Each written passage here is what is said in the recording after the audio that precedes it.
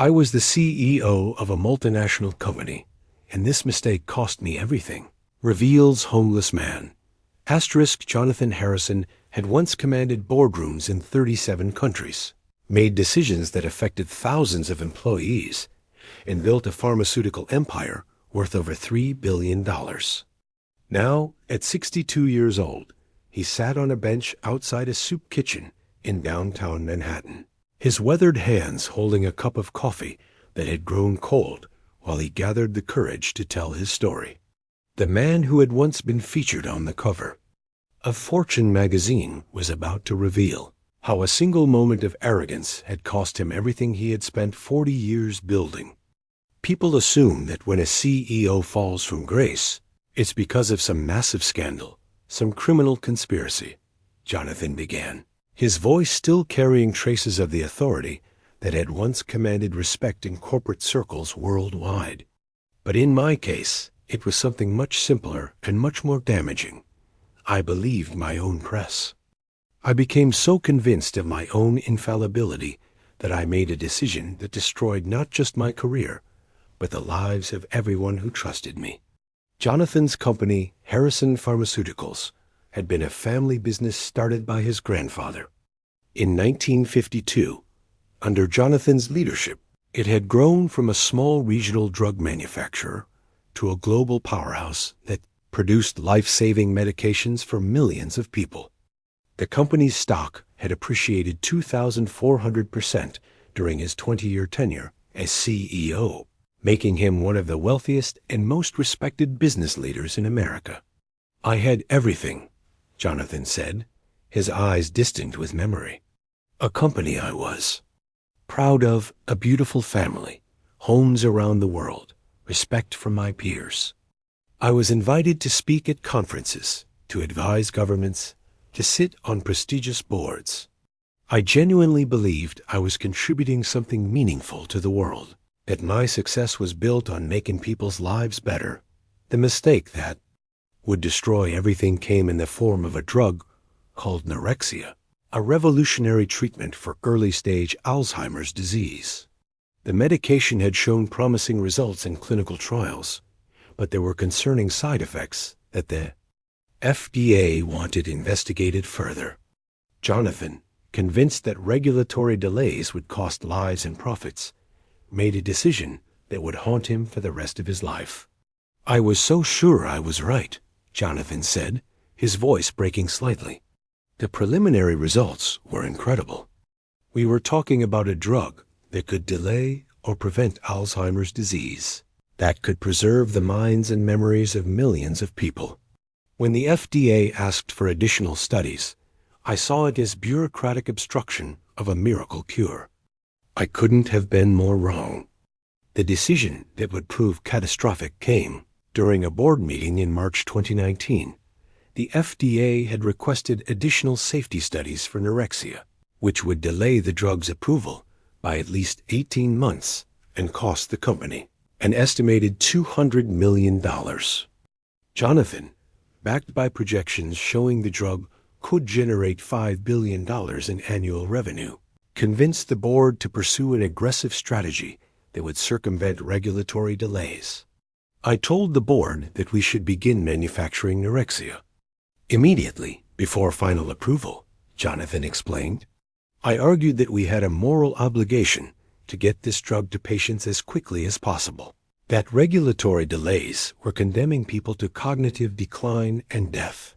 I was so passionate, so convinced of my righteousness, that I got the board to approve the largest production investment in the company's history. Harrison Pharmaceuticals committed $800 million to building new manufacturing facilities and ramping up production for Norexia. The company took on massive debt, liquidated other assets, and restructured its entire operation around the assumption that the drug would be approved and would immediately become a blockbuster product. I staked everything on Norexia, Jonathan said. I was so confident that approval was inevitable that I essentially bet the company on it. I convinced investors, employees, and my own family that this was the opportunity of a lifetime. I thought I was being visionary, taking calculated, risks that would cement my legacy as a leader who put patients before profits. The warning signs were there, but Jonathan's ego and conviction blinded him to the mounting evidence that Neurexia might not be as safe as he believed. Internal reports showed that some patients in the extended trials were experiencing severe neurological side effects, including seizures and cognitive deterioration that was worse than the original disease.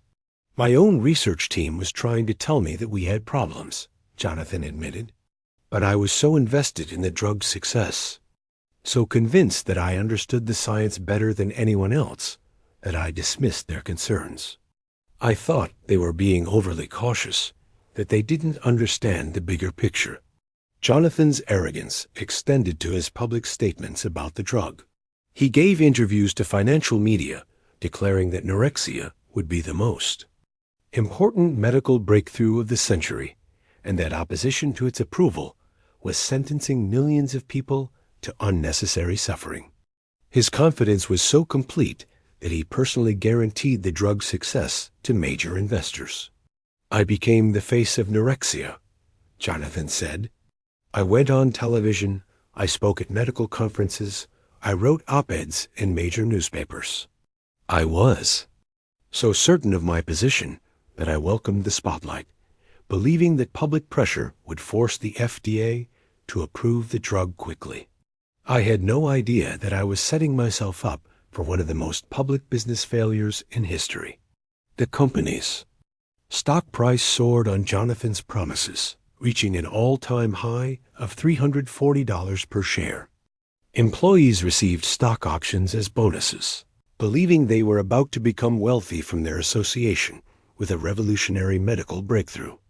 The entire corporate culture became focused on the inevitable success of Neurexia, with other product lines and research projects being deprioritized or abandoned entirely.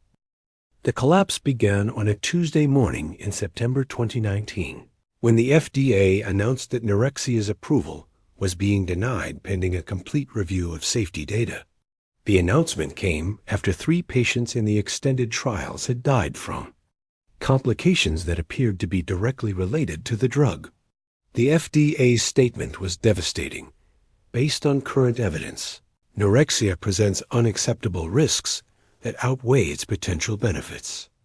I was in a meeting with European regulators when my assistant burst in with the news, Jonathan recalled, his voice hollow with the memory. I couldn't believe it. I was so certain that approval was guaranteed that I hadn't even considered the possibility of outright rejection. I kept thinking there had to be some mistake, some miscommunication.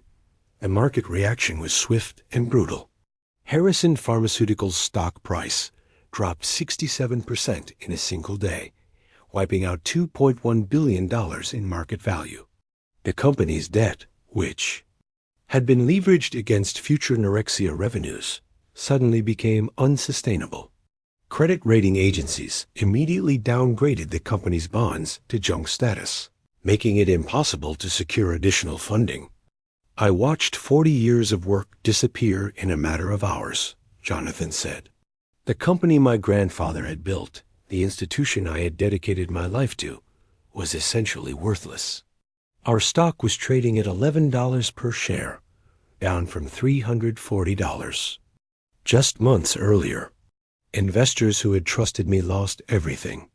The human cost of Jonathan's miscalculation became apparent immediately. Harrison Pharmaceuticals was forced to lay off 8,000 employees worldwide, including researchers who had spent years developing other promising treatments. The company's pension fund, which had been invested heavily in company stock, lost 70% of its value, devastating the retirement plans of thousands of workers. I had to stand in front of auditoriums full of people whose lives I had destroyed, Jonathan said, tears beginning to form in his eyes.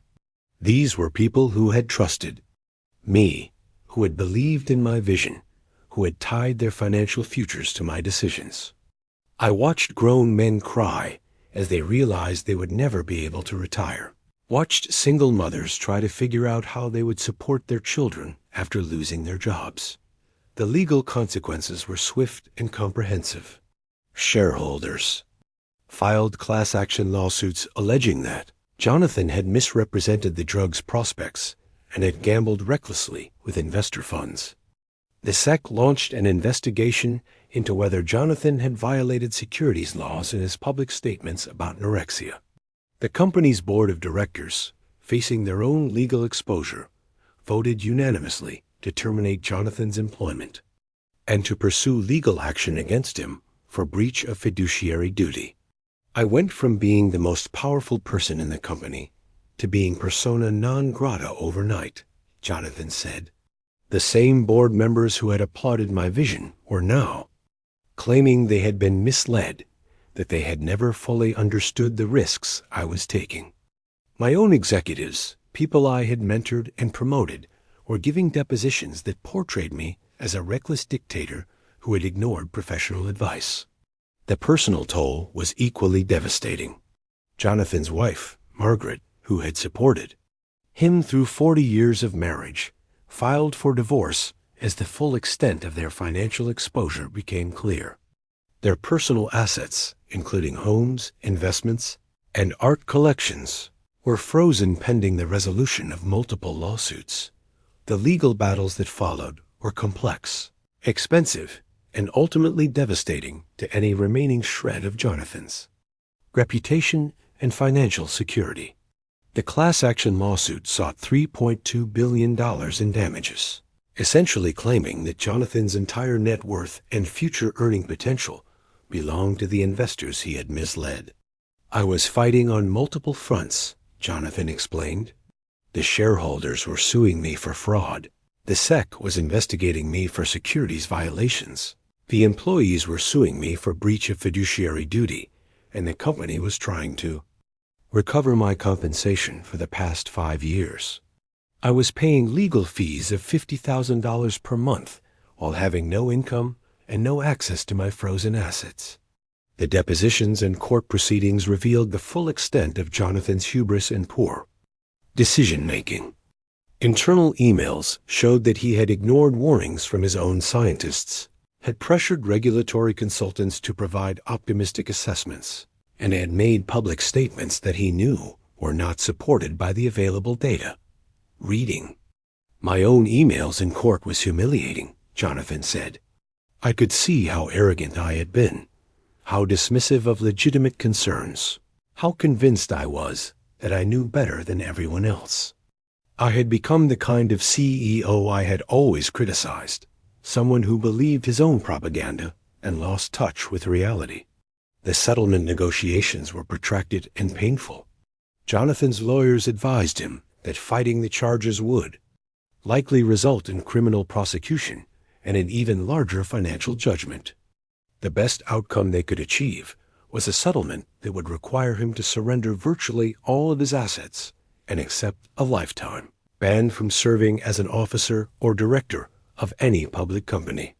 I signed away everything, Jonathan said. My houses, my investments, my art collection, my cars, everything. I kept enough money to survive for about 6 months, but that was it. 40 years of building wealth, gone. The irony wasn't lost on me. I had spent my career helping people, and my attempt to help more people had destroyed my ability to help anyone, including myself. The media coverage of Jonathan's downfall was extensive and brutal. Business magazines that had once featured him as a visionary leader now portrayed him as a cautionary tale of corporate arrogance. His story became a case study in business schools, an example of how even successful leaders could make catastrophic mistakes when they stopped listening to others. I became a pariah, Jonathan said. People who had once competed for my attention now avoided me at industry events. Former colleagues crossed the street to avoid having to speak with me. I had gone from being one of the most respected CEOs in America to being a symbol of corporate failure and reckless leadership. The psychological impact was profound. Jonathan, who had defined himself through his professional success and public recognition, found himself completely adrift. He had no job, No prospects, no social network, and no sense of purpose. The man who had once controlled a global empire couldn't even get a job as a consultant because of his toxic reputation. I didn't know who I was without my title, my company, my success, Jonathan admitted. I had spent so much time being the CEO that I had forgotten how to be just Jonathan. When all of that was taken away, I realized I had no identity outside of my professional achievements. The transition from penthouse to homelessness was surprisingly rapid. Jonathan's limited financial resources were quickly exhausted by basic living expenses and ongoing legal costs. His wife's divorce settlement had left him with no claim to their shared property, and his adult children, embarrassed by the scandal and angry about their own financial losses, had severed contact with him. I rented a studio apartment in Queens, the cheapest place I could find, Jonathan said. It was smaller than my former office bathroom, with thin walls and no air conditioning.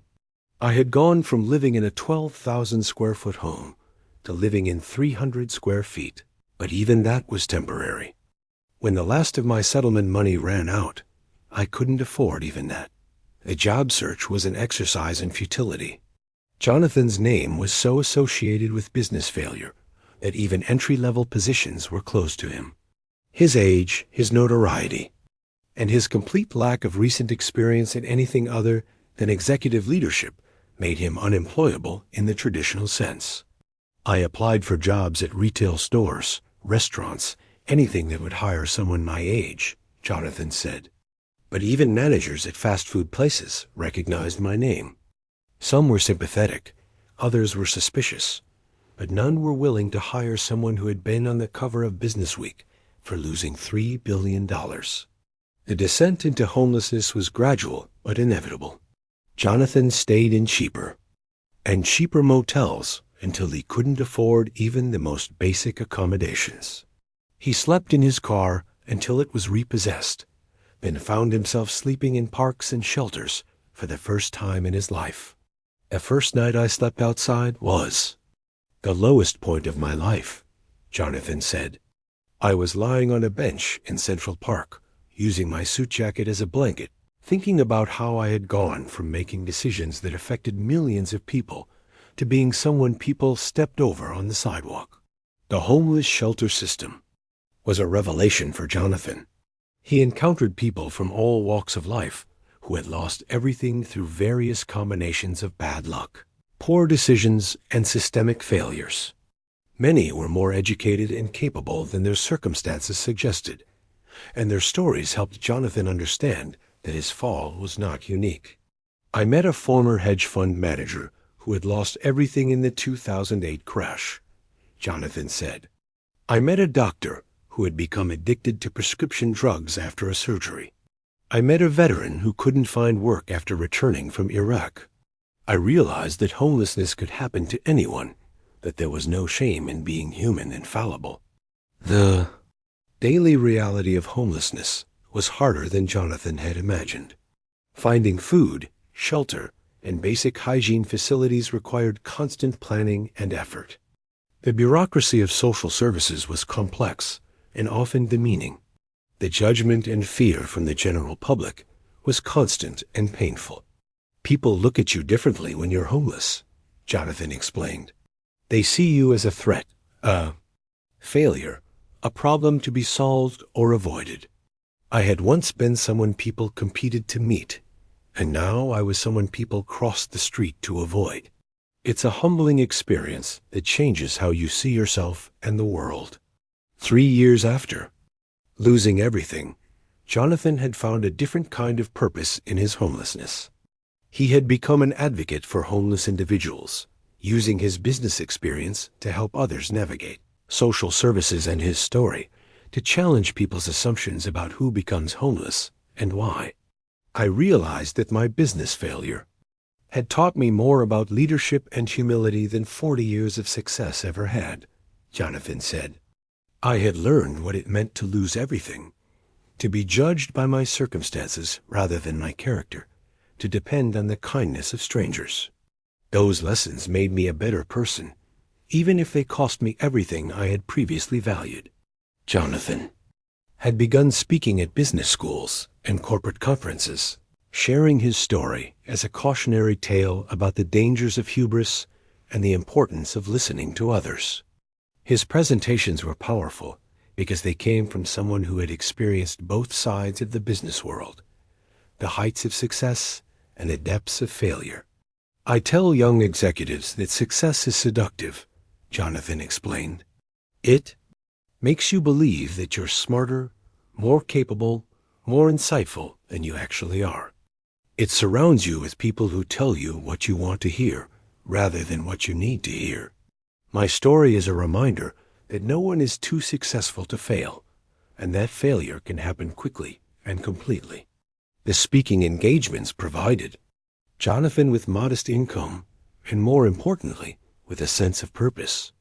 He was using his experience to help others avoid the mistakes he had made, to promote more humble and collaborative leadership styles, and to challenge the cult of personality that often surrounds successful CEOs. I've had executives tell me that my story changed how they approach decision-making, Jonathan said. They said it reminded them to seek out dissenting opinions, to question their own assumptions, to consider the human cost of their choices. If my failure can prevent others from making similar mistakes, then maybe it serves a purpose. Jonathan had also become involved in homeless advocacy, using his business skills to help organizations operate more effectively, and his story to humanize the issue for potential donors and volunteers. His unique perspective as someone who had fallen from the highest levels of society to the lowest gave him credibility with both groups. I understand both worlds now, Jonathan said. I know what it's like to make decisions that affect thousands of people, and I know what it's like to be powerless and dependent on others. That perspective has made me a better advocate for people who are struggling, and a more realistic voice for what actually helps versus what just makes donors feel good. The relationship with his family remained complicated. His adult children had begun to reconcile with him, understanding that his actions had come from arrogance rather than malice. His ex-wife maintained a cordial but distant relationship, and they had found ways to coexist at family events. I'll never get back what I lost, Jonathan concluded. My reputation, my wealth, my position, those are gone forever. But I've gained something I never had before: genuine humility, real empathy, and an understanding of what actually matters in life. I wouldn't choose to go through this experience again, but I'm grateful for the person it's made me become. Jonathan's story serves as a powerful reminder that success can be fleeting, that hubris can be catastrophic, and that redemption is possible, even after the most devastating failures. His journey from CEO to homeless advocate demonstrates that our greatest mistakes can become our most valuable lessons, both for ourselves and for others. If someone in a position of power is reading this, Jonathan said, remember that you're not infallible. Surround yourself with people who will challenge you. Listen to voices that disagree with you, and never forget that your decisions affect real people's lives. Learn from my mistake before it becomes your own.